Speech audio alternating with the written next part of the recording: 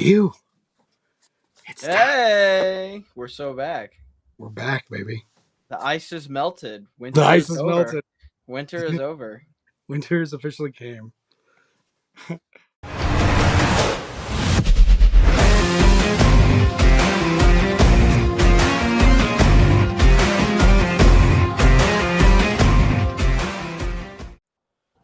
Now, I know a lot of you have been either texting me, calling me, asking me why the hell the podcast is taking forever to kind of come out. And we're going to address it right here, right now. So joining us now is Commissioner Cam Smith. Boo. I'm back. We're back. To kind of go over a little bit of why we're starting later this year, when we're starting, hopefully, because we haven't officially locked down that date yet 100%, but we have a good idea of when we'll be starting. But it's kind of a big announcement, something we've worked or wanted to do for a long time as a league, and finally able to make something happen. So without any further ado, Cam, take us off.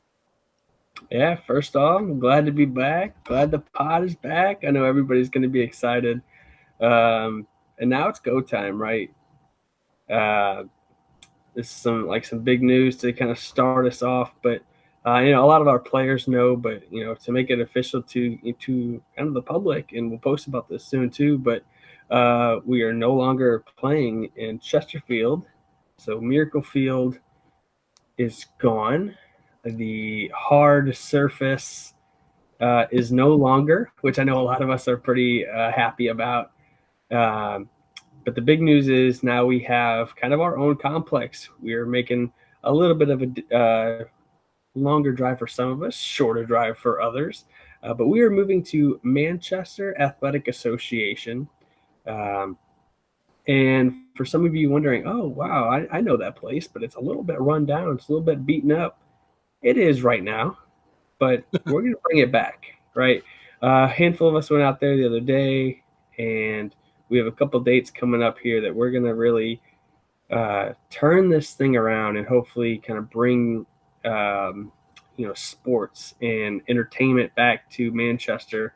And the big news for us is, one, we're playing on grass, which is going to be awesome for our gameplay. And then two, probably the biggest thing, and something that we have aspired to have for the longest time, never really thought it was possible, especially this soon. But instead of one, we are having 2 fields. So 2 fields in MO WIFF means a lot, right? That is why our season is now starting later. I mean, normally we're starting in like 2 to 3 weeks. And now we are pushing all the way back until May, but we're still going to be finishing our season at the same time, if not sooner. So a lot of great things are going to come from this. There's going to be a lot of work put into these fields, but ultimately these are going to be our fields that we can kind of design, and we get to do what we want with, and we're going to have a lot of fun with it. And players, we're going to need a lot of help getting this ready. I know we already got a good starting team going to come out there in like a week and a half, but man, it's gonna be a lot of fun. We are very excited. Brian, I know you were out there. You've seen the field a couple of times now. What do you think about this new location and having 2 fields instead of just one? I mean, having a more centralized location is fantastic for league wide. It's not too terribly far, like 10, 15 minutes, depending on traffic, farther for me. But, it's going to be closer for people coming from Illinois, coming from, the South and everything that way.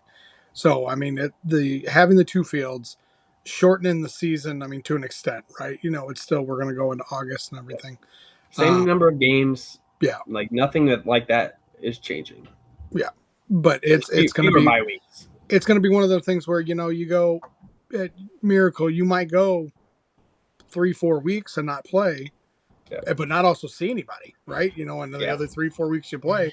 But now having fewer teams having bye weeks whenever with both fields, the camaraderie is going to be there, so you're going to get to see everybody a little bit different. It's not going to be like oh hell, I haven't seen you in a month and a half. Kind of one of those things. So I'm looking forward to that. Obviously, being in the booth a little bit, probably more than others, but at the same time, that might make more people available to be in the Yeah. booth to where we can, kind of be sitting and chilling. But seeing the fields, and I mean, if you build it, they will come. That's kind of how I feel about Yeah. it, you know. And my whole message has been to my guys and trying to make sure everybody's showing up to, so we can do our part, and kind of take pride in, the field of what we're going to have has literally been that alone. Just it's something we're going to be proud of, because I mean, there's going to be Yeah. work. Don't get me wrong, and I know maybe we're maybe underselling it a little bit or overselling it. I mean, just because more hands makes less work. Yeah. Little Letterkenny preference there or reference there, but it'll be one of those things when it's all said and done. It's going to be glorious. Oh, it's going to be great. The grass. It rained the day before, and where we were sitting at was the ground was soft, but still. I mean, we probably could have played. We could have played right then and there, and I was thinking, ooh, because that was the scary thing about grass was if it rains, are we going to be able to play? It's kind of raised up a little bit compared to like the rest of the complex, so it doesn't hold water as much, which is perfect for us. Well, which the best part is it runs all the water runs like I can't think of the grade runs into the outfield. So I mean, where runs in the outfield and in between the two fields, and then down into the creek. And it's not crazy. It's not a crazy thing. It's not visible. One of those things where it's like, oh my God, we're playing uphill. But I mean, it's a good draining ball field. Yeah, it's really going to be perfect for us, I think. And once it's all done too, and it's going to start looking a lot better, and we get rid of that temporary fence. That's another thing, right? So yeah, a longer drive for some of us, especially like front office guys. It's a little bit farther of a drive, but oh my gosh, there's barely any setup anymore. Basically, I'm going to be doing all the setup work myself. We don't have to put up a fence or take it down every week. Right. We are not going to have to put up a backstop anymore or take it down. That's going to be in there. It's going to be permanent. Like, this is going to be fantastic for everyone. And like you said, and this is one of my biggest things for this is going to be a huge camaraderie shift for MO WIFF, right? We already have this big, wholesome, great family that we call MO WIFF, right? That is only going to get better, right? Like you said, we're all going to be there almost every week, right? Only 2 teams are going to get a bye week every week now. So more people are going to be at the fields. We're going to have a different schedule, which 3 games on each field a night instead of 4 games on one field. So now we have more time for gameplay. Now we have more time before we're not rushed to start the game. Oh my God, we got to start at 6 o'clock because we got to be done at a certain time. Like, we have a little bit of leeway. And at the end of the night, well, now instead of being done by 10:15 and being rushed out of the parking lot, we have until 10:30, but we should be done by like 9:30, which Knock is on wood. great. Yes. I mean, obviously we're going to have days where that runs over because we're not going to be rushed on time, but we have that extra time, which is fantastic. But then what does that mean? Okay, cool. Well, we have till 10:30. Now we can hang out, have a couple beers, maybe go to Joey B's down the street. Like, we can have a lot of fun on top of playing wiffle ball instead of just being rushed all the time. This is going to be so much better, not only for me, but for everyone. Like, I can't wait. So you brought up 3 games tonight on each field. Now, obviously, each team plays a doubleheader when they play. So why don't you tell the kids at home what's going to happen for them for that one? That's split, if you will. We'll put out a graphic for this where it is, especially once our schedule is done, and you'll be able to really see this. So I know probably listening to it might be a little tough, but it does work, and actually I really like it. So on one field, you'll have let's call it team 1 and 2 will play at 6 o'clock, and then they'll play again at 7 o'clock, and then teams 3 and 4 will play at 8 o'clock. Teams 3 and 4 will also play at 6 o'clock on the other field, and then those final 2 teams will play on that second field in that late doubleheader. So Now, we're not real quick. I don't mean to cut you off here, but I mean, kind of one thing we talked about also was times aren't official yet with how we're going to do that. Yes, that's just an example. I think we'll talk about it more. I do like having a 6 o'clock relative start time. That's our goal, right? Because then that just allows us to do a little bit more. But that's not going to be an exact, right? And we'll figure that out as time comes. But yeah, you'll have 2 teams play at 6 and On field 7. 1. Yeah. 2 teams play at 7 and 8, and 2 teams play at 6 and 8. So 2 teams will have an hour break in between their 2 games. But honestly, I like that. Like, that's good for pitchers getting warmed up in between games. Because I know a lot of times that gets rushed because a lot of our pitchers are playing in that first game. You don't really get a full, warm up to get going. But then, and you get to hang out and watch another game too. So like, it's just all going to be better and brings that camaraderie back more even. So. Gotcha.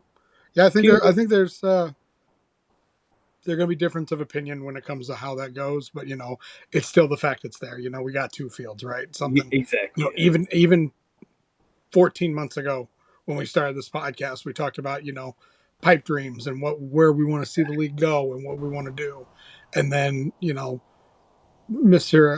Skibby brings us to the attention, and it happened so damn quick. Yeah. I mean, dude, this happened quick.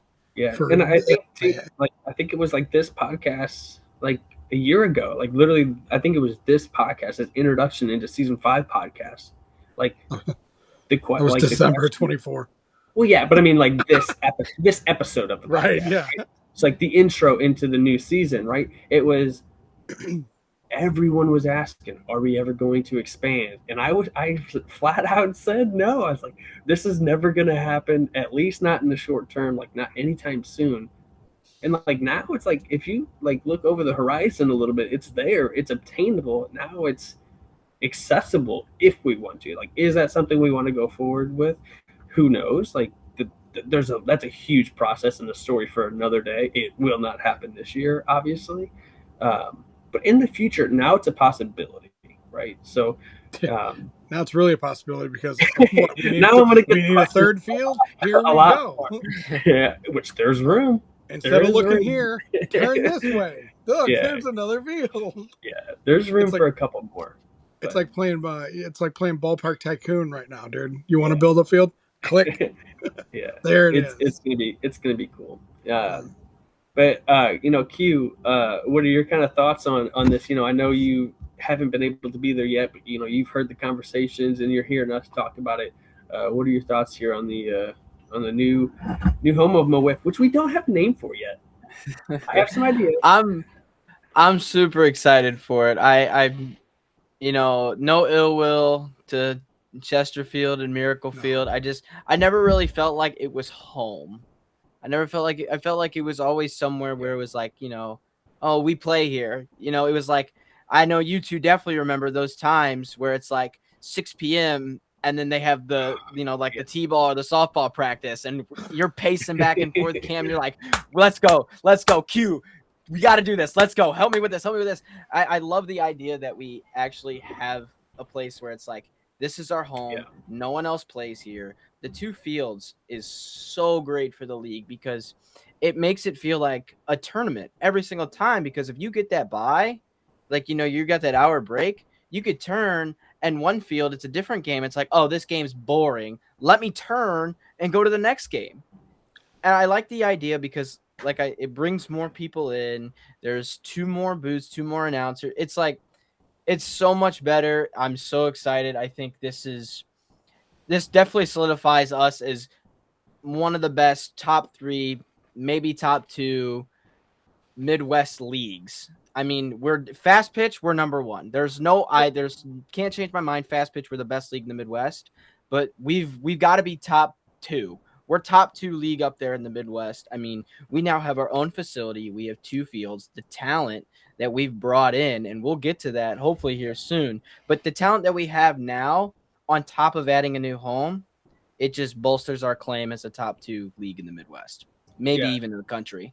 No, I love that, man. It's exciting for sure. I mean, we've been stressing and putting in a lot of work, and getting ready for this, and the past just even the past like 6 months, man. I mean, we're playing at Ballpark Village. Now we have our own field. Like, what is happening? Like, this is all. These are all dreams that we never thought would come to fruition, and now here we are, season 6, and gonna be the biggest and best season yet. Like, this is gonna be crazy. So buckle up. It's gonna be a ride, man. This is fun. We said that season 5, season 4, season 3, and we keep going up. And that makes it so much better, as that every single year, starting from season 1, it's never been the same thing. The next year, there's always been new captain, new team, new field, new rule. It's like every year we keep growing, and that's what makes Mo WIFF so great. Is there always something new next year, which makes it bigger and better. And I think that's what we've always had it in our minds, is like we want to keep growing and keep adapting and making this league as best that we can, to keep it fresh, to keep it going, to keep people want to keep people in the league and keep people invested. And I really feel like we have done that, and it's a whole team of people that have really bought in to be able to make this happen. And fast pitch leagues are very hard to continue going for this long even, and I don't see us slowing down or stopping anytime soon. I think Wiffleball, for a lot of us that are in, the Wiffleball world, outside of just Mo WIFF, it's, this is like the biggest popularity that Wiffleball's ever had. And we're a part of that. We're a big part of that. And, we have a lot of guys in our league that are playing all over the country and all these different leagues and tournaments. And we all care about Mo WIFF, just as much, if not more, than those big leagues and tournaments. And hearing that from our players, it's amazing and refreshing to me. And I really appreciate it, how much our players are invested in what we're doing. It just shows you, hey, all this hard work that we put into it. I mean, me and Brian took hours. We put in a full 8-hour workday a couple of weeks ago with this new merch store that we put out, which mowiffshop.com or whatnot. Just go to mowiff.com, hit that merch tab. But all this stuff is nice, man. This new stuff is plugging my closing line. He's plugging my closing line. All right. We can hit it again later, but I mean, this was I just got this in the mail yesterday, and you should have seen my haul that I got. It was sick. Yeah. But I mean, we don't get paid to do this, but we do this for fun, and we do this because we love it, and look where it's brought us, man. Just a whole new thing. And we walked around the complex the other day, and there's opportunities for other things here. I mean, there's just so much that we can do and make it really feel like home. We can hang things like banners and championship banners on the outfield walls now. We can do so much and make this exactly how we want to make it, which we've always wanted to do and just haven't been able to do. And now it's happening. And in this first year, we might be held back a little bit by some of the things that we're allowed to do. We've already gotten more clearance than I thought. I think we were planning on. And they're like, yes, go ahead and do this. And we're like, I can't believe we thought we were going to be bare minimum just playing on this field. But no, they're allowing us to do a lot of stuff to this field in year one, which is fantastic. And then it's going to be even better too, because next year, potentially, we might have a lot more freedom and a lot more say to do really whatever we want with this. And we are thrilled, we are excited, and we hope everyone is too. Yeah, for sure. So let's wrap up this first segment with that, obviously, because what we're going to cover into our next segment here in a minute, we got new rules. new place, new rules. So as Q was alluding to, every year we're changing. This year we're making some major changes when it comes to how we've played, but it's still the same fast pitch game we love, and we'll get more detail into that here in a minute. So stick around. So a lot of what we were talking about, talk about moving into the future and how changes have been made time in and time out, to keep our league competitive, and still, keep it something new, right? We don't want it to go stagnant. We don't want to go stale, but we also want to advance as the game advances. So I think, Cam, I'm going to let you kind of take over here in a second with all kind of some of our new rules, but looking to stay as competitive as we possibly can on a national scene for the long term has kind of been a part of the the goals that we've had, right? So why don't you kind of take us through a little bit of a couple of the different new rule changes, some of the major ones, and there obviously will be more posted out about what our rules are. A new rule book. We're going to make sure we get some graphics out there as well, and there's even been talk of potentially getting some video stuff together, so that way it kind of there's no issues. There limit as few as issues as we can possibly have during the season. So Cam, go ahead and let's dig in a little bit more about that. Yeah, we get a couple of cool videos now because we'll do a rule demonstration video at least for the big rules. That was a great idea that Q had earlier tonight that I really like, and we'll definitely do that. Also, throw back to our first segment. I just thought about this. Have as a video. Pat Ballman did a great video last year for NWA with their new field, and we get to do that, and I'm excited for that. We're gonna do before and after in the process. It's gonna be great. So a lot of YouTube stuff coming out before the season starts, which would be cool too. But with these rules, right? So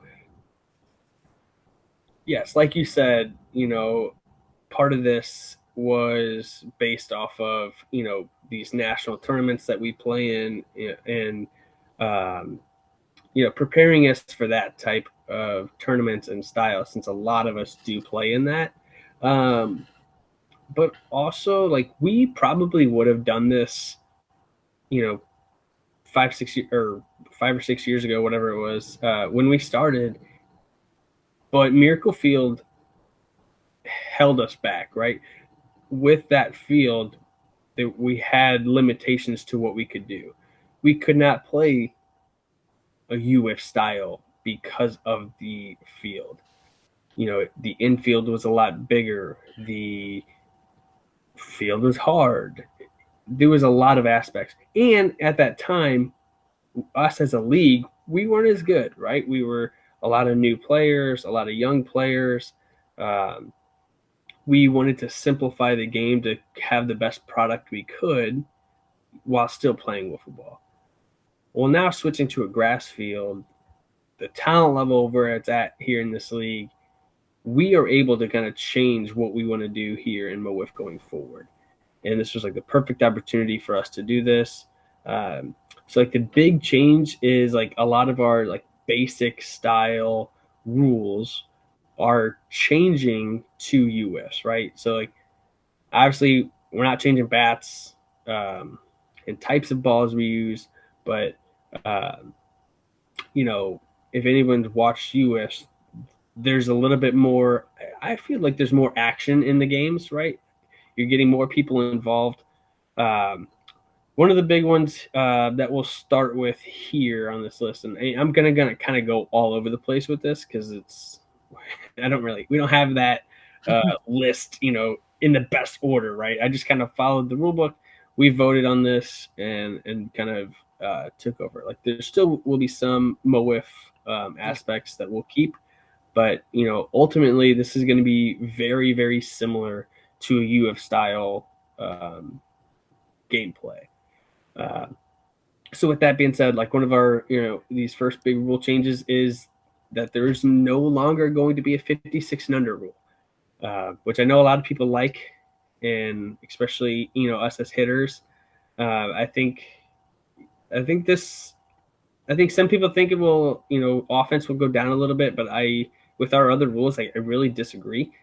I think this will be good, right? You're not going to get a lot of fluke home runs and having to pitch to guys in like big situations throwing at 56 miles an hour. As a fast pitch league, that's getting rid of the slow pitch. As fun as it was, and a lot of people got out on it, I think ultimately, I think this is going to be a good thing.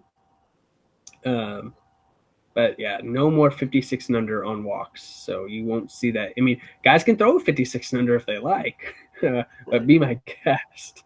But like before we get into like our other ones, because that was Could kind you of a imagine staple. Jaso 98, 99, 100, 101, 65, 102, 65? It's like, what's coming? Yeah. So before we get into like all these other ones, since this was kind of like a Mo Wiff one-off, right? Like not really many people had that. We adopted that from Circle City, but not many other people had that, rule in the country. What do you guys kind of think of getting rid of that 56 and under rule? I mean, it's for somebody who's feasted off of it, but I've also struck out swinging and missed a ball completely. And, even in a home run derby, I missed a pitch, but, I've feasted off it most of it. I mean, it sucks for somebody like me, but at the same time, the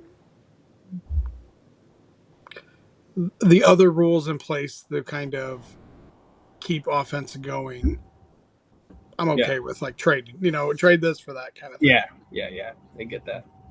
Q, do you love it? I mean, I like it. I think with the other rules, it makes it a little bit more fun, and it's probably going to be a lot easier on arms. I'm not a pitcher.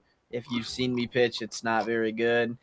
But guys like Brian said, like Jaso, Brody, James, like people that throw 100 miles per hour, it's hard throwing that hard and then slowing your arm down.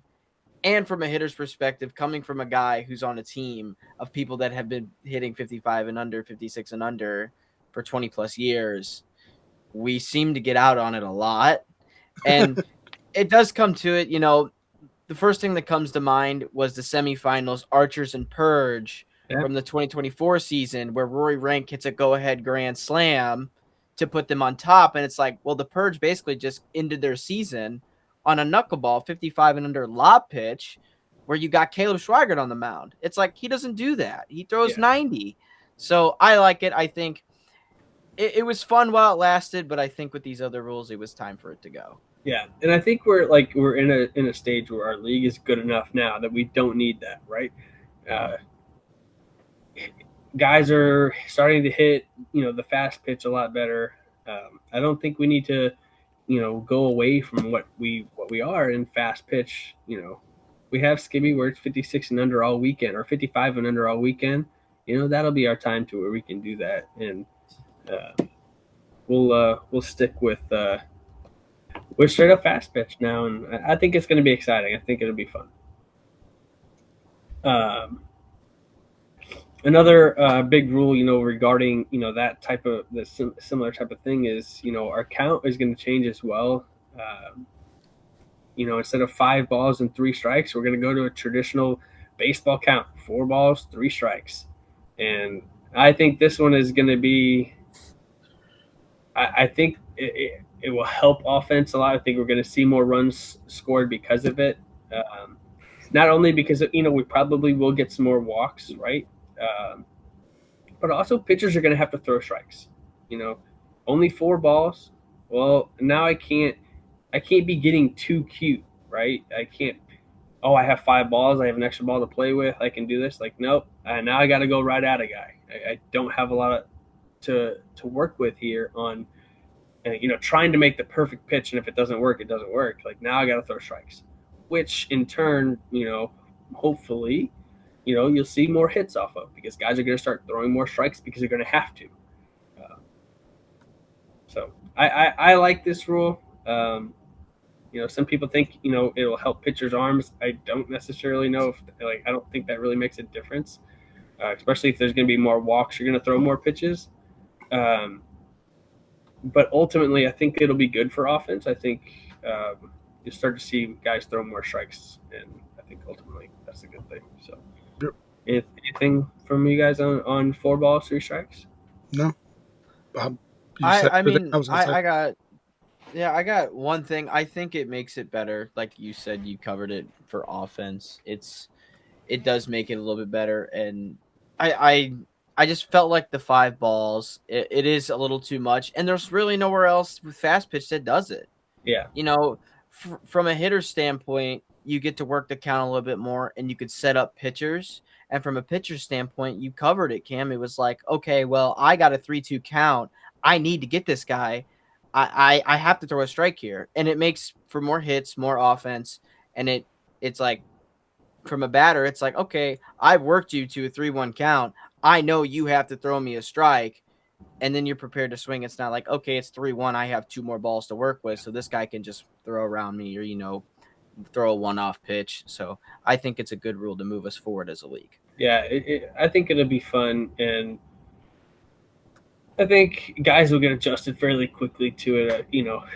One of those things where it's. I think as the season goes on, it might be a little tough at first, but and I think it'll be, better for the viewers, right? Like easier to view. Like a lot of people, especially new people who are watching our product, they're watching. They're like, wasn't that 4 balls? Like, isn't that a walk? And we're like, oh no, we do one more. We do one more here. And like now it's just nope, 4 balls. That's a walk. 3 strikes, same old thing. So we've kind of hit everything here in Mo WIFF, right? We started in year 1.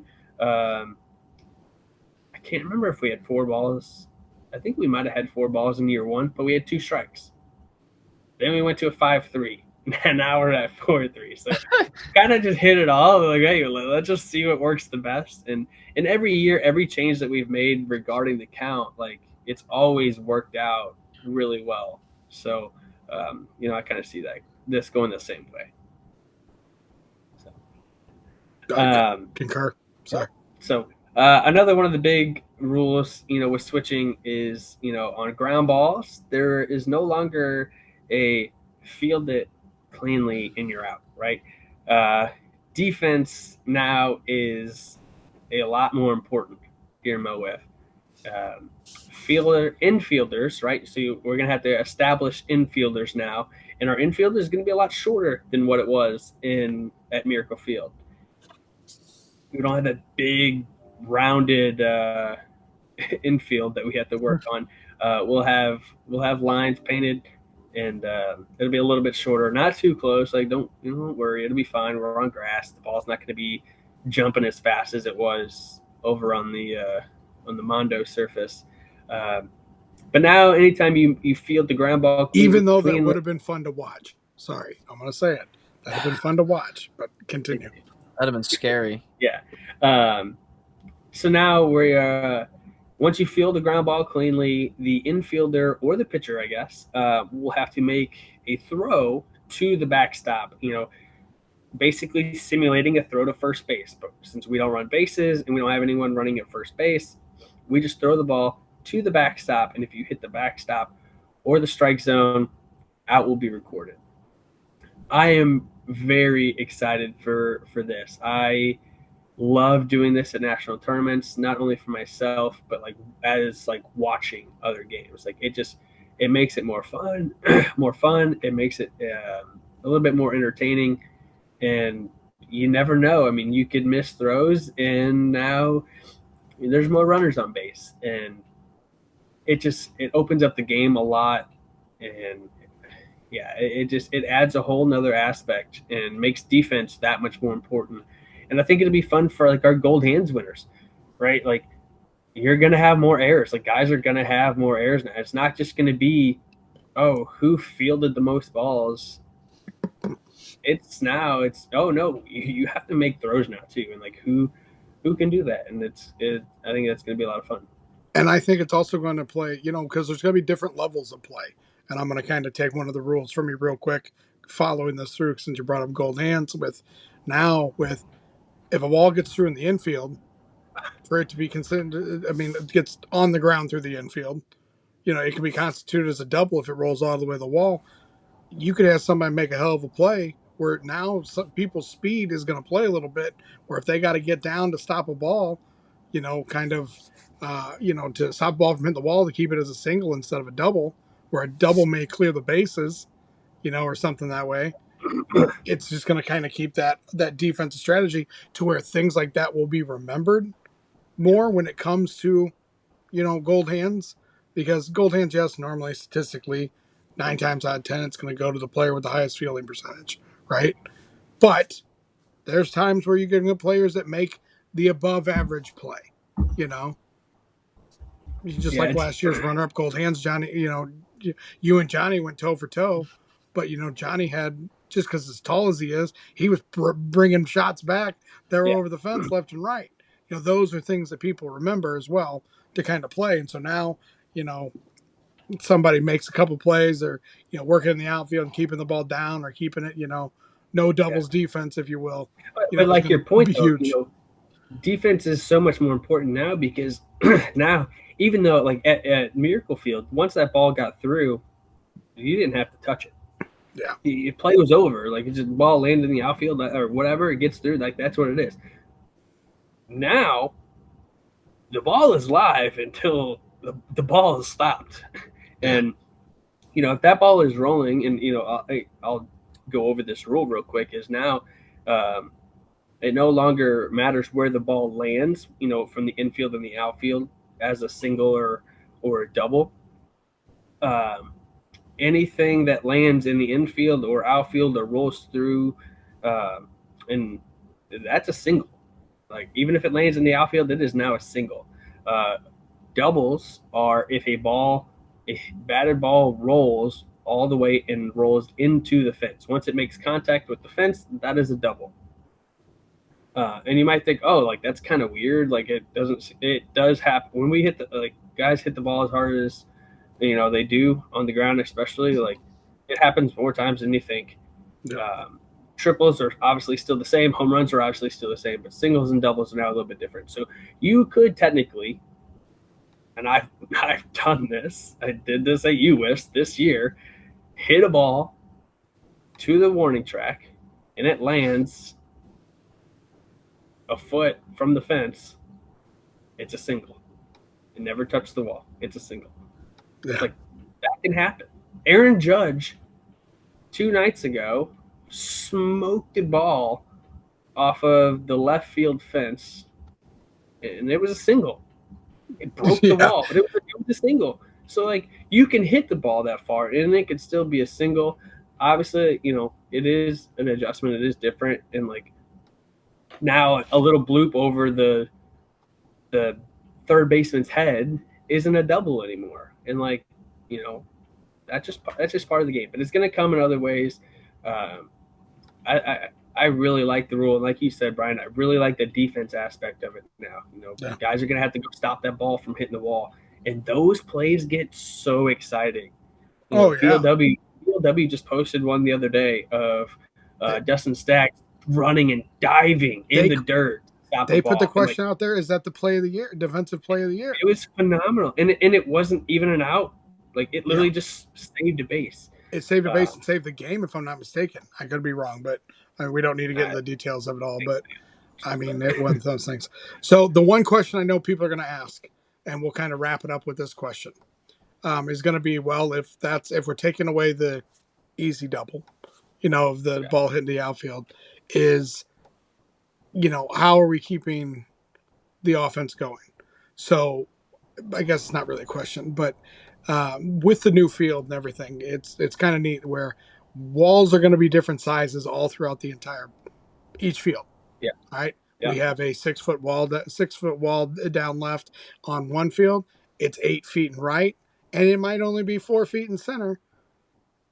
Kind of one of those things where, but the dimensions are roughly still going to be the same. So, it's maybe a little bit closer because of the height difference and the way we have the field set up. But I mean, it's still going to be exciting. I mean, the best way to describe it, it's going to be like when we didn't play on the Mondo field and we played on the dirt field for a couple months. Yeah, it's going to be like that, just better in a different ballpark. Yeah, and better. Yeah, not only better is we're not playing on dirt, but also like that the left and right field lines are not going to be so short. But it's going to be awesome. I really can't wait.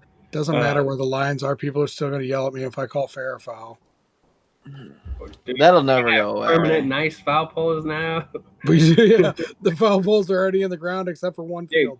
Justin Hall already texted me. He's like, I'm already coming up with ideas on how to make foul poles. I'm like, let's go, baby. Like, we ready for it? Like, they're gonna be nice. They're gonna be nice. So, all right.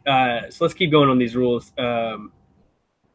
So along with the the throwing rules, right? So I'm sure that one of the questions is going to be now the double plays. You're already throwing to the backstop now. What does that do for double plays? Well, it changes it. So now for a double play, when the fielder fields the ball, he'll have to toss the ball to a teammate, an infielder. So it could be whoever is established as an infielder before the pitch or the pitcher. And there will be a triangle behind the pitcher, like where second base would be. You have to be in that triangle and make the throw from that triangle into the backstop. And that will be a double play. So you get the force out, at second base, and then the throw will count as the second out.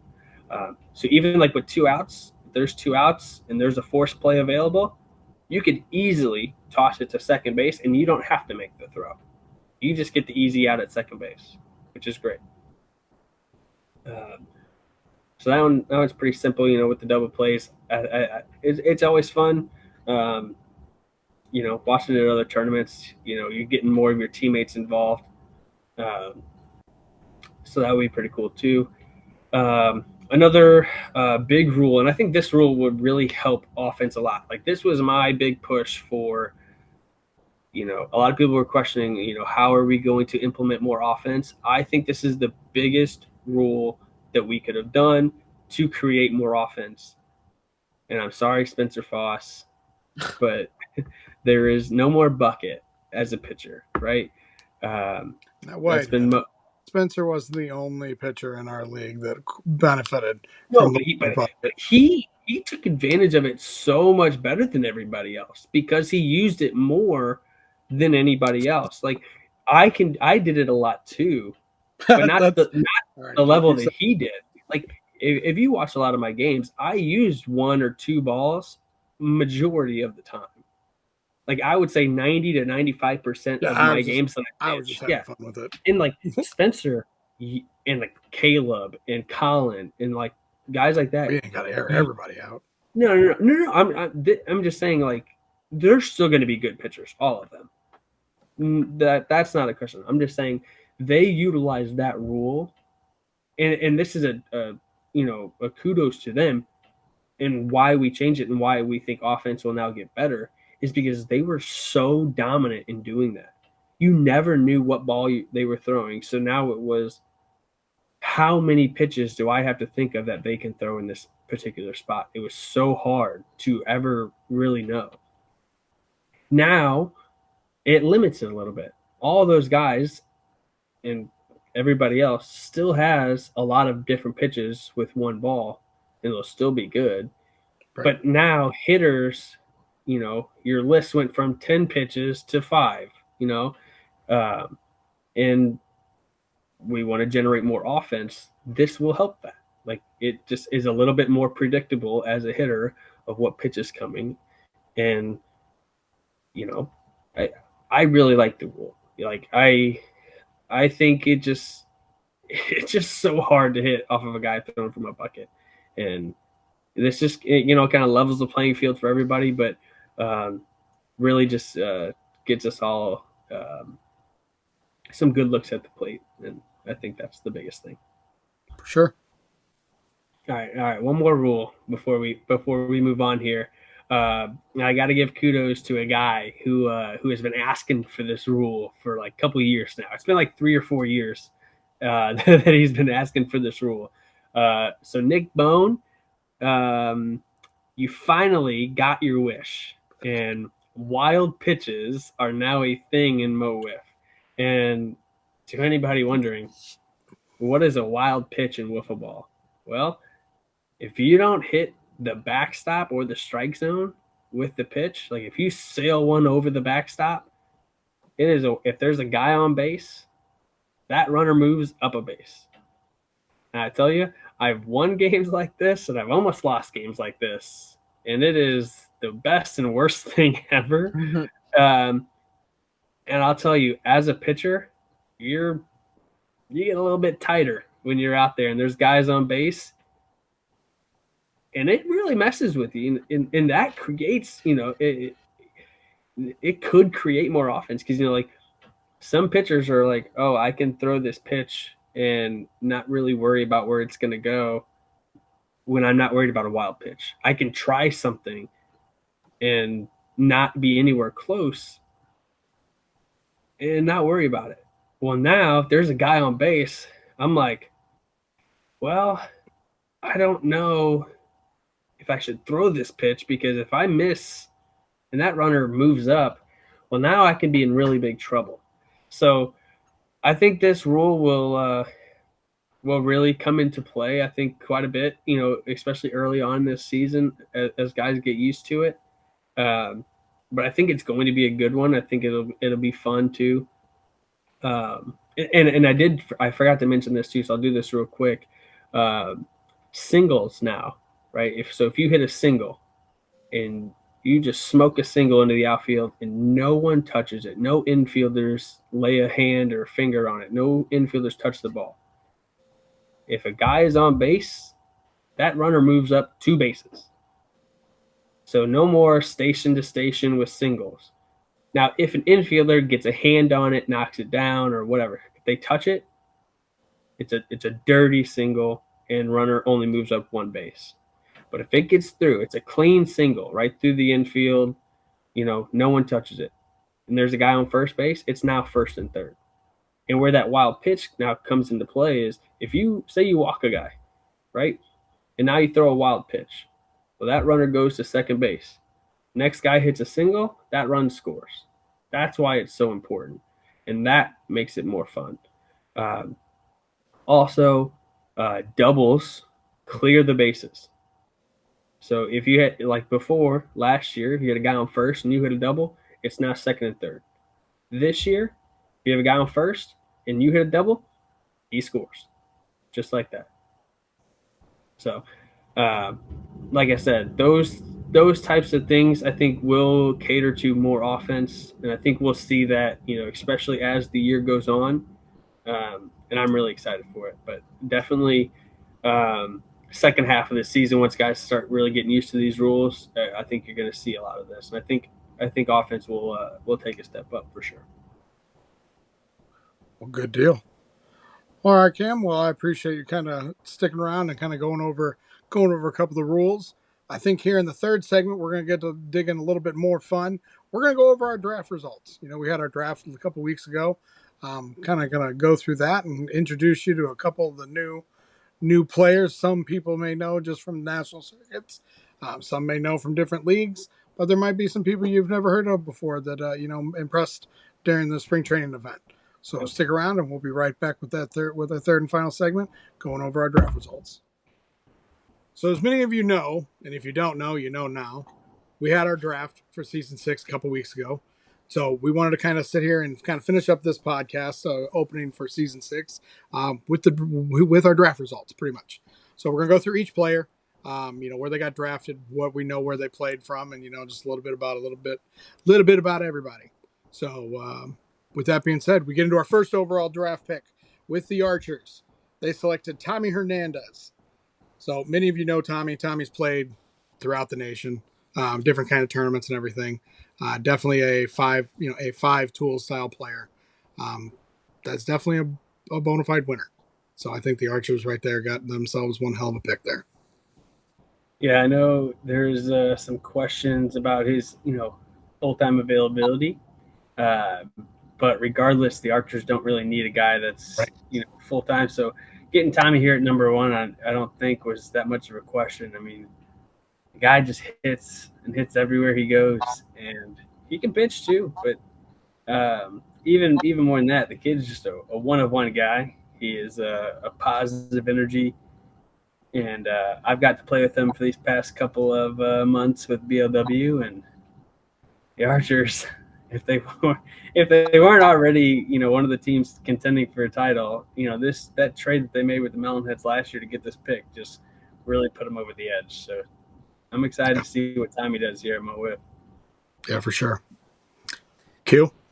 Yeah, I mean, this is the only pick that I felt like was for sure going into the draft. I played with Tommy at the MO WIFF Classic, and as Cam said it best, he's one of one. I think he's the best hitter in the country. Best hitter in the Midwest, maybe one of the best hitters in the country. He could pull you out of the darkest pit of any slump you have as a teammate. I mean, yeah, Cam explained it best. I think this makes the Archers probably that number one contender with this draft pick right here. Guys hit home runs off of like everyone in our league already. He's got him off Brody. He's got him off JSO. Like, you name it, he's homered off of anybody and everybody. He's incredible. He's Tommy Hernandez. He's incredible, right? So that takes us to the second pick with the Melonheads, Landon Weddle. So he's 14 years old. Sorry, I'm behind you guys. So he's he's a young kid. What just happened? Sorry, Mason Miller, strikeout. We got USA baseball bottom of the ninth here going on. Real quick, I'm excited. We do have the USA semifinal game on during this. I don't even have it on anymore. I thought he just spazzed out. I was like, what is going on? I turned the game off and I just I was like, what happened? It's a one-run game, baby. You guys are gonna hear this on Tuesday or Thursday. Like, what? This is old news, but this is Live. Big time right now, baby. Keep our YouTube video. I got the USA gear decked out right now. So back to pick number 2. Yeah. Landon Weddle. Obviously 14-year-old, came and played in the MO WIFF Classic, plays in Excel. But I mean, he's got a pretty impressive arsenal of pitching. We've got to see him, like I said, at the MO WIFF Classic a little bit. And then he was able to show up to the spring training event as well. And I mean, he definitely was impressive. Dude, from last year at the MO WIFF Classic to the tryout, like, I feel like he hit a little growth spurt. Yeah. And I was like, oh my gosh, this is the same kid. And then then he gets on the mound. And I'm like, this kid's 14. I mean, just throwing BBs, and I think that tryout, he really cemented himself as that number 2 pick, right. And fits right in with the Melonheads. They got a young core and a young roster, and Jason is starting to build something here, and this is a great foundation piece for them, at least for the next 2 years, if not more. Very, very excited to see what this kid will do, and then excited to see what his bat could potentially do as well as he develops. So, but I think this is a great pick here by Jason. Yeah. I think this was an excellent pick. I was also at the tryout and I saw this kid and I was like, whoa, man, I think he got a little bit taller than I last saw him at. But I mean, excellent pick by the Melonheads. Now they got that 1-2 punch with him and Bryson Livingston as the pitching spot. So look out for the Melonheads. They got 2 young, great pitchers. I mean, Bryson Livingston's been tearing it up at BLW, and Landon Weddle performs like we think he's going to perform. Watch out for the Melonheads in 2026. For sure. All right, moving to number 3, Evan Stark. He another Excel player. Played in MO WIFF Classic and in a couple of the NWA tournaments as well. Definitely a hockey guy first, but at the same time carries that mentality and that grit, onto the ball field as well. So I mean, definitely somebody I think that's some of the Kings really kind of need, because it's a fun-loving guy, but at the same time, competitive fire burns bright. He's got that moxie that kind of fits in with the Kings. I feel like, where he is very confident, and I like that about him. And he wants to get better. He's going to learn a lot as this year goes on, and he's shown some spots that his pitching can definitely be there. I feel like he's going to learn a lot in those first couple of weeks, but by the end of the season, I feel like he's going to be a valuable arm, especially for the Kings who do need some pitching. And his bat plays, man. Like, he at that spring training, he was kind of getting hits off of everybody in the gym, and I know I've seen him hit before, so excited here with the. Yeah, I think he fits the mold perfectly, like Cam said. He what is going on here? What's so funny? No, we're like, So there's a mic. I heard the mic ruffle. Oh yeah, that was me. I was just moving my microphone because it was like pointed up weird. I'm like, I wonder if they can hear me. But he fits the mold perfectly, like Cam said. He fits that grit and grind. I think he will learn a lot, but fits the mold of the Kings. Like the Kings' mentalities, they're gonna grind every game. They're gonna make you fight to the very last out, and I think he fits the mold perfectly. Great pick by the Kings here at number 3. for sure. Another Excel guy taken at number 4, Gavin Osborne at the Melonheads. He's played for Excel, obviously played for NWA. A tall kid, which I've seen him throw. I've seen a video. I think he threw a little bit here and there, but definitely got a stick, and somebody who another young up and comer for that Melonhead squad. I had Gavin very, very high on my board as a like potential upside, right? So great spot for the Melonheads to add to their rotation here. Where you already kind of got a couple guys, so you can afford to take Gavin here. I know I think he is going to Ole Miss, so that could affect some time. Towards the end of the season if we get there, he's got to move away. But tall, lengthy guy who can throw pretty hard. I mean, I'm excited to really get to see him. We haven't seen much of him, but I think there's a high upside, which I think is exactly what Jason saw and was like, I'm gonna take a chance and hopefully get another stud there for the Melonheads to help them in their future. Yeah, right. I mean, another great pick by the Melonheads. Another young kid that just wants to come in and prove himself. Like you said, tall, lengthy, can throw a little bit hard, has a bat, can swing it. So I think that's what the Melonheads have been missing is just able bodies that can show up. I mean, you go from a team that never wanted to show up, maybe 3 guys to 4 a week, and now you got a team full of young guns, and it's like now you want to show up, and they want to play, and they want to win. So I think another great pick by the Melonheads here. So that takes us to number 5 with another NWA guy, which, we've been waiting for this one. I think waiting for Sammy Huber to come join the league. But Sammy Huber, joins the King squad at number 5. Like I said, like the NWA guy definitely swings a stick. I know him and his sister were out during the All-Star game, during Home Run Derby and stuff, and he was having some fun putting on a little performance there, just hitting off his sister's pitching, which by no way, shape, or form is, nothing to scoff at. Yeah, don't let it hit off your sister's pitching fool you. We tried to get Sarah in this draft because Sarah would have been picked. Like, she can chuck it, right? Don't let that fool you. No, I'm not letting it fool anything. I was mainly talking about the listeners. We all know, but she's the real deal. No, I love this pick here. Sammy's a guy who can swing it. I'm excited to see him really come out here on this stage. I've seen him, at NWA just absolutely rake, and then in their tournament, really just looking forward to seeing him out here, seeing what he can do with the big bat in his hands. Right, we've seen the yellow stick, and now we're getting to see the big bat.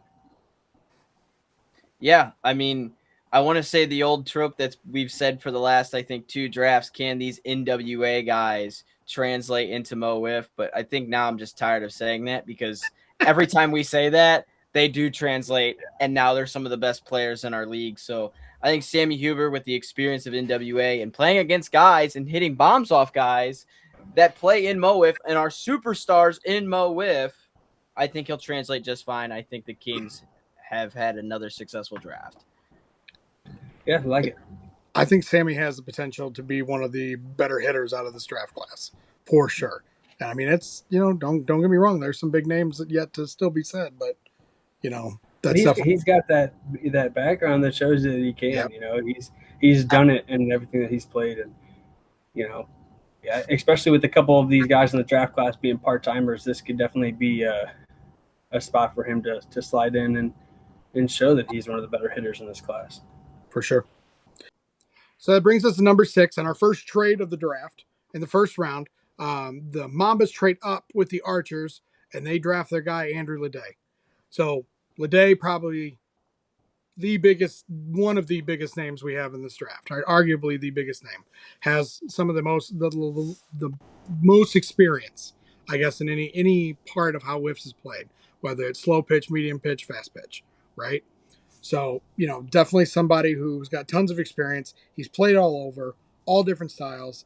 Won, is a winner of the Mo WIFF Classic, with the Cajuns last year, and just an all-around great human being. Every interaction I've ever had with him, or every conversation I've had with him, has just absolutely been fantastic. And it's an awesome guy, and I'm happy to have him in our league, even if it is with the Mambas. I absolutely love this pick for the Mambas. This is perfect. Exactly what they needed. Losing Dutton to retirement, and I don't even know if that's really been announced yet. It has now. Yeah, right. It's not news to anyone really. I guess it's probably news to a lot of people in the league. They probably don't know. But yeah, James Dutton had to retire. He had to move to, I think, like Kansas City or something for work. Just not going to be able to make it. So, unfortunately for us and for him, he's no longer going to be here in Mo WIFF. And the Mambas needed somebody to fill that void. They had the SEAC prospects guys who, like Chandler and Caden, and they've really stepped up. But they needed another guy, and Leday has put in work on the mound. And when he's here, I know he's going to be part-time, but he's going to give you very, very quality innings that they can be able to win any games. And on top of that, like, how long have we been saying this? This Mambas lineup has been one of the best, in the league year after year, and it's always their pitching. And now their lineup, hard to say, just got better again. Like, yeah. And when he's here, and I think his plan is to qualify for playoffs and then get out here. That's not a lineup I'm going to want to face in playoffs. Like, you have Leday and Cole, and then Chandler and Caden. Like, that's a tough 4-man lineup.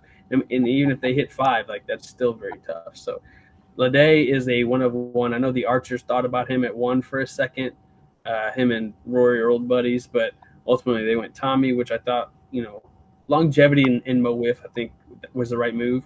But the Mambas trading up to get this, I thought was huge and absolutely helps them for this year for sure.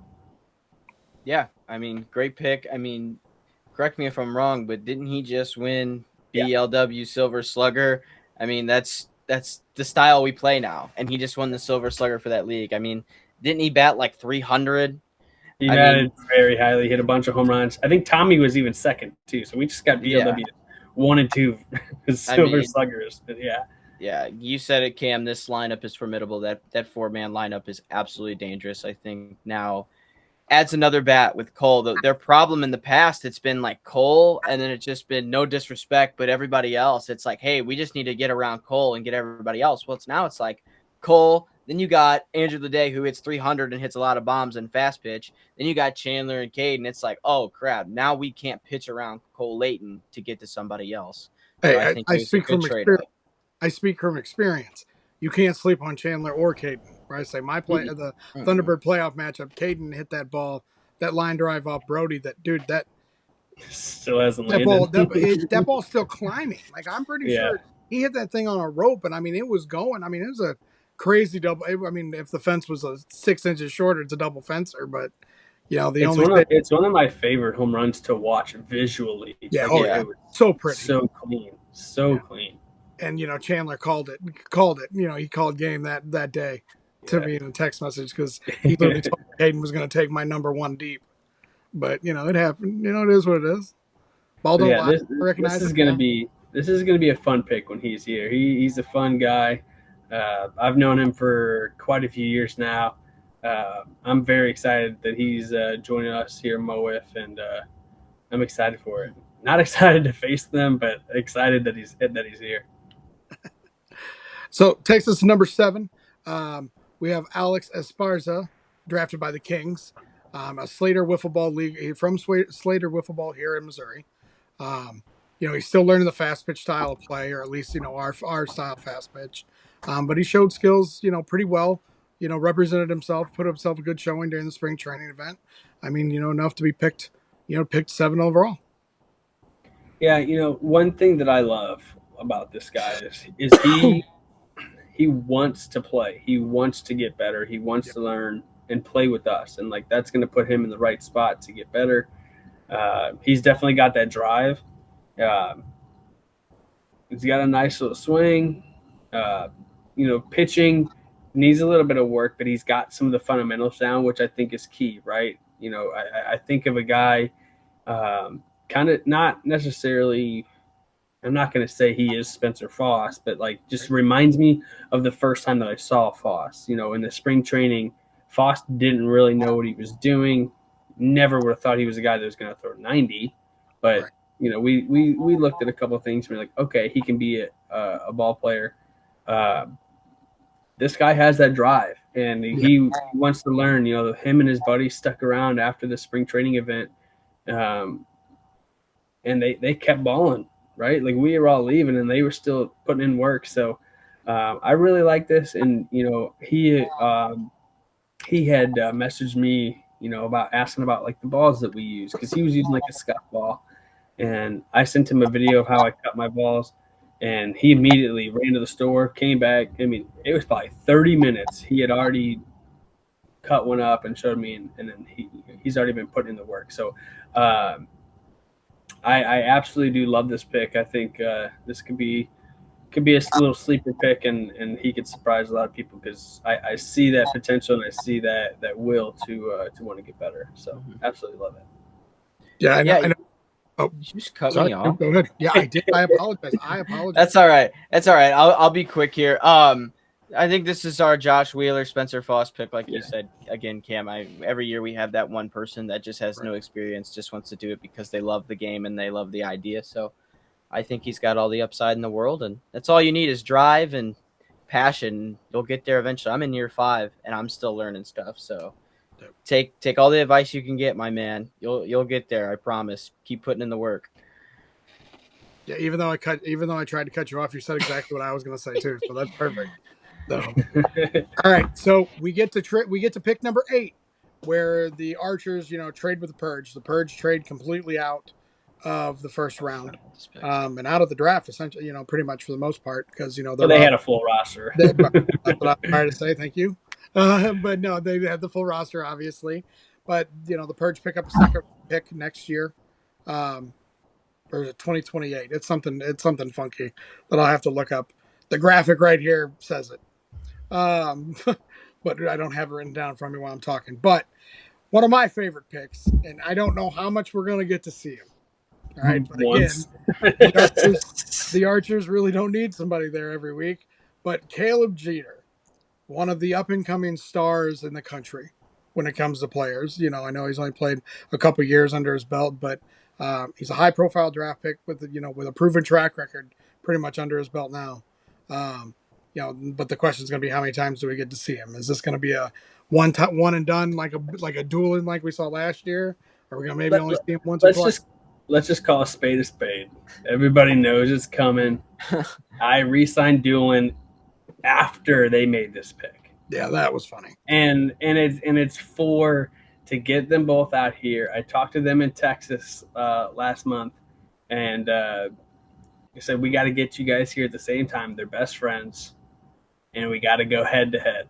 And it's got to be Doolin versus Jeter just for this, right? And it's going to be fun. It's going to be loud. It'll be electric, and it would be exciting. But Jeter is, when you think of the name Jeter, you just automatically think he's good, and he is, right? Like, this kid's the real deal. I just faced him. He just pitched against me, and it was tough, right? It's hard to see. He comes in fast, left side. He one of the top, top 10, top 5 player in the country last year. Arguably one of the top players in the country. I'll definitely. Yeah, in 2-way players, swings an amazing bat. Like, kid's good. Yeah. Archers don't need it. That's gonna be a fun week. That's gonna be a fun week for sure. Jeter and James 1 and 2. That's gonna be fun to watch. I don't want to miss that game. No, that'd be must watch must watch TV. Must watch Wiffle Ball. It's 10:15 p.m. here, folks, on a Sunday night. Please forgive us. We're just coming back into this podcasting thing. All right, so that takes I feel like that's what makes the best podcast, right? Yeah. Right. Hey, it's been a trek to get here, but damn it, we're here. We're here. We're going live. All right. All right, so that brings us to number 9 in Lyric Dundee by the Kings, a CI Prospects guy. He's played the MO WIFF Classic, and I know we've got to see him swing a stick. He's got a pretty swing, and definitely going to be able to add a bat to that lineup. I can't speak to seeing him pitch because I've never seen him pitch, so I don't know if that's something in his arsenal. But yeah, I don't know too much about his pitching, but I know the kid can hit, and I know he hit for the cycle in one of the games at the Classic last year, which is impressive.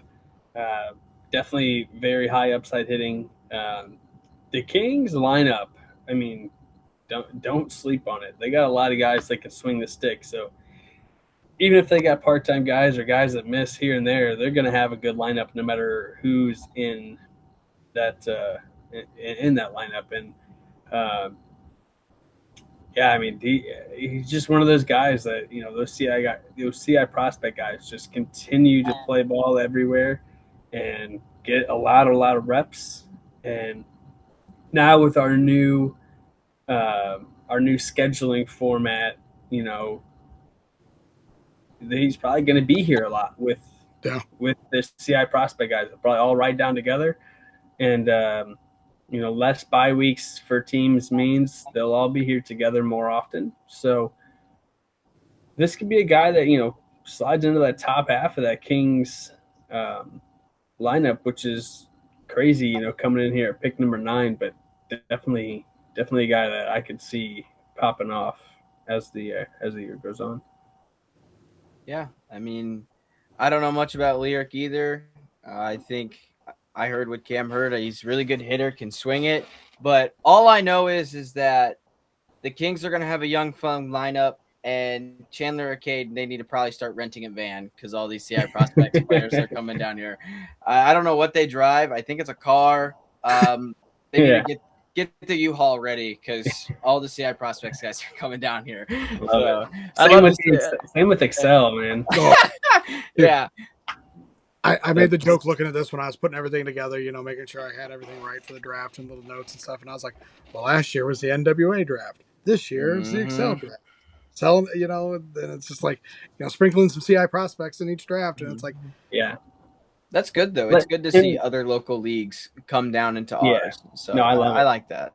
We have that base, kind of from everywhere. So I love that we're doing this. And probably the most slept on thing about this guy, all-time name. Like, put him up there in one of the best names in Mo WIFF now. Lyric Dundee. Oh, fire me up, dude. Like, I want this guy on my team just for the name. That's sick. We gotta do the all-name team. Yeah, that would be a good one. I like that. I'd be interested to see how that shakes loose. I already know Johnny Gunn is first team all-name. I mean, he's got a good one, but I mean, we have so many good ones. Yeah, I like it. I mean, that.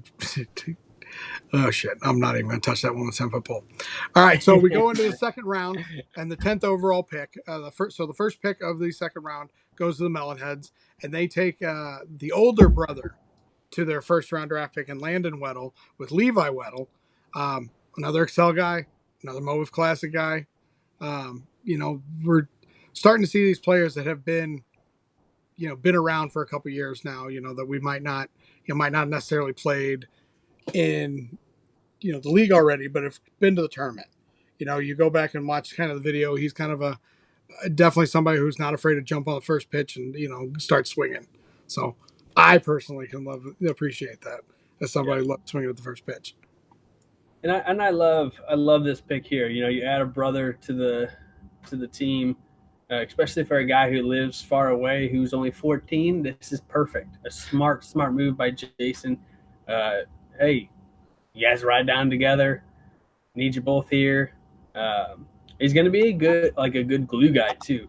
I saw this a lot even last year with the Archers. He is a friend of Drew Maurer, and he came down to a couple games with Drew and Evan Stark, and so they are familiar with the Mo Wiff game and being here and seeing how we do things. I think he's going to fit in great with this Melonheads team, personality-wise. He gets swinging a little bit. I think it's going to be fun to see that improve and just see this team like gel together and mesh. Like Melonheads have really built something here that, they went from championship to in the basement, and now they're starting to climb their way out. And I think we're really going to start to see that. Yeah, I think it's another good pick by Jason and the Melonheads. I mean, there's really not much to say. You drafted the brother. You both come down there, great glue guy. And with the Drew Maurer thing, they're all friends. And I think Evan Stark said something. Jason was asking about his last name or something in the draft, and he's like, well, how do you know that? And Evan goes, well, because he's dating my sister. And I was like, me and James were like, what? This is like, so they must be all very close friends, obviously, for that to happen. But I mean, another great pickup by the Melonheads. I want to see the Melonheads back in the playoffs. It's not the same without them in the playoffs. So. It's kind of fun without them, though. Just because they talk so much trash, like it's fun to trash on them when they're not there. So, but now that Bogad's gone, is it really going to be that fun? Yeah, will it be the same? We need that. Maybe he's the Bogad replacement. Maybe he's the new Bogad. I don't know. Evan's got some good zingers every once in a while. So I mean, don't sleep on it. We'll see. Well, maybe it's just to me, but I mean, I'm an easy target. But all right, so that takes us to the number 11 pick in Chandler Rice going to the Mambas, another brother, going to, into the league. So what is that? 2 sets of brothers we just added this year. So 2 Chandlers on the same team. Yeah, 2 Chandlers on the team. 2 Chandlers and 2 Rices. Do you know got Chandler Rice? You got Chandler Melton, Chandler Rice, and Caden Rice. They're one player. They're one player. So confusing. So I mean, he's another guy that's played in the Mo Wiff Classic, with his brother and stuff like that way. So I definitely foresee just another youngster that can come in, and I mean, we saw it last year with Falcon. Didn't see too terribly much playing time at the start. But, just because he had his own extracurriculars outside of it. But, I mean, definitely somebody who's going to potentially sit back and learn the game a little bit. And, just the Mambas have built pretty damn good for the future. So, yeah, I think, I know there was some reasonings why he may have slid down this far. I know he wanted to play with the Mambas and his brother. And I don't know, that may have played a part. But ultimately, I think this is a good thing too. It adds another arm to the Mambas, which they kind of desperately need now, with Dutton leaving and Lede being part time. So, I don't know how strong he will pitch in our style, but I know he throws pretty well in the yellow bat style. So I think it's clean ball too. I'm not really sure, but I think he's going to be a great player for this team, obviously, because the chemistry is going to be there, not only with his brother, but with the other Chandler. And I guess he's the other Chandler, but it's already a good fit. The CI Mambas continue to be the CI Mambas. Yeah. I mean, like I said, get the U-Haul ready. Yeah, prospects are taking over. CI Mambas. I mean, it's a good pick to pair the brothers together. Right. Like we said, 2 Chandlers, 2 Rices. It's going to get really confusing. I feel like Cole's gonna have a fun time with that one, saying, "Hey, Chandler," and they're both gonna turn around. Hey, Rice. Oh, Yeah. I think our broadcast is gonna have a hard time with it. Not gonna. Oh Very yeah. good. Yeah. We do apologize in advance for the mix-ups. So unless but Yeah. that's just gonna happen. Yeah, I mean, overall, great pick. Great Yeah. pick overall. Oh yeah, perfect pick for them. All right, so that gets us to our final draft pick, our Mr. Irrelevant, if you will. Wow. And it goes to my Thunderbirds. He's Mr. Irrelevant by definition, but he's not irrelevant to us. I've been ready to say that this whole time. But Jackson Nyhouse, another Excel guy, comes to us. High school ball player, plays ball in the summer. So he is going to be on a part-time role, but is wanting to play when he's there. So I told him, come earn it, plain and simple. But not a lot of information on him. The videos were, very short and, not, only Excel style videos of what we have to go off of. But, it's one of them guys that's going to be a come in, prove it, show what you got. And, it could potentially be a diamond in the rough. Yeah, I mean, I feel like we've kind of just been down that road before, and like you said, you took a Thunderbird approach to this, from Andrew Nichols, and he was at the draft, and I drafted him, right? Like, I don't know, he's here. I might as well draft him. Like, he drove all this way with his buddies. Like, here's a jersey, dude. Yeah. Come show out. And no, I mean, I saw a couple videos. I didn't have the access. I couldn't find the videos or whatever beforehand. I never got to them. But looks like a pretty decent player, and definitely could surprise some people. So, I think this is a good pick. But I just love the Andrew Nichols approach. Even though Andrew's gone, you're just he's here. I'll draft him. You all asked, what did I know about him? And people were making jokes about it, and I was like, I haven't seen any video yet. I had to ask him for video to make the play. He literally was just sitting next to Drew all day, and I walked up and asked Drew a question, and Drew goes, "Yeah," and I was like, "Okay, cool." So me and Brody headed to the podium, and there we go. At the end of the day, too, especially with these Excel guys and these guys that have been in other leagues, like, they play wiffle ball, right? They have a background in the game. They want to get better. They want to learn and expand their growth of the game, and it's just that right there is enough that will help them here in our game too. So for sure, I keep telling all these guys that the one thing that will make you better is repetition. Reps. There's a reason why more and more of us in this league are adding batting cages into our basements, into our garages, into our backyards. Like, it's happening more and more and more because it's reps. We're playing in all these other leagues because it's reps. So all of these Excel guys, all these CI prospects guys, pretty much everybody in this draft has come from another Wiffle Ball League. And that is a key to getting better. For sure. Yeah, I think great pick, Brian. It's not like we make it sound like he just walked out and grabbed some guy from Buffalo Wild Wings, said, "Hey, you want to play on the defending champions?" No, I mean, he grabbed a kid that made a drive all the way down there with his friends, knowing he might not get drafted. And Brian took a shot, and that shows commitment from somebody. You drive down somewhere, be like, I don't even know if I'll get picked or not. I mean, me personally, I wouldn't do that. Why would I want to drive however many hours it is from where they are to Buffalo Wild Wings in Winsfield? Like, I don't know if I'm going to get picked. I'm just doing it for the love of the game. Hey, but it worked out. It worked out great. He got picked, and it shows commitment, and it shows drive, and it shows that he wants to be here. And that's what we need in this league. We want people that want to be here and want to play, want to get better, and want to represent Mo Wiff, not just in the league, but on a national stage as well. And I think he fits the bill perfectly. Yeah. Beautifully said.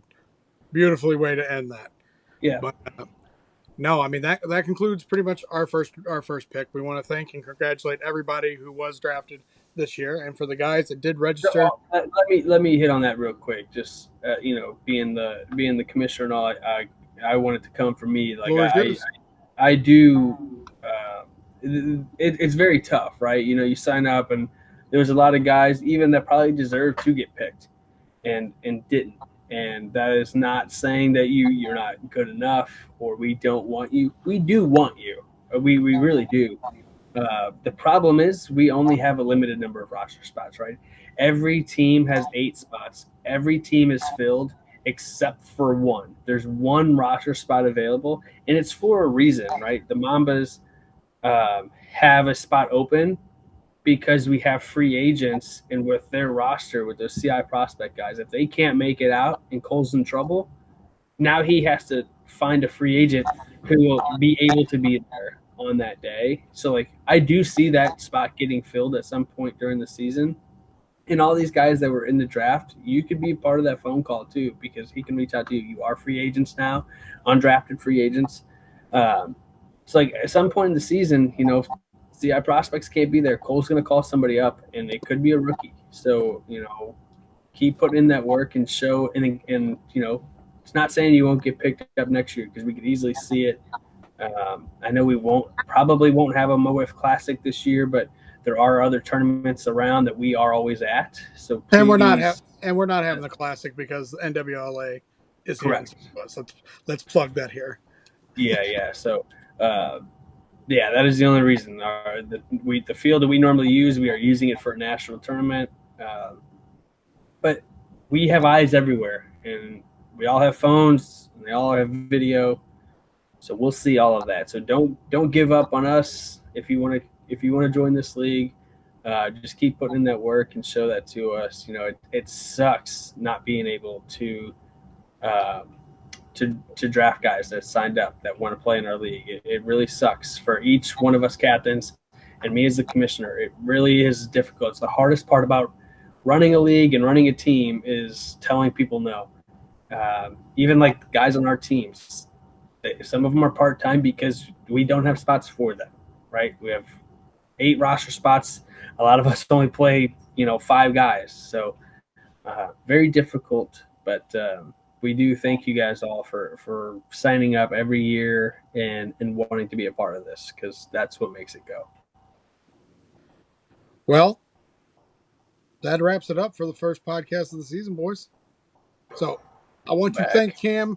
I want to thank Cam for joining us on 2 separate nights, obviously, because, to get everything out, we got to get everything done, but do truly appreciate it. And don't forget to hit and like and ring that bell and subscribe to everything, so that way when any new content comes out from MO WIFF, you are alerted immediately. With that being said, we will see you guys next week, because we're coming back every week between now and the end of the season. So with that being said, I'm Brian Hunter. This is my co-host Q, Commissioner Cam Smith. Peace out from not borrow Brian today. Oh, we are so back! We are so back! Let's go. All right. See you guys next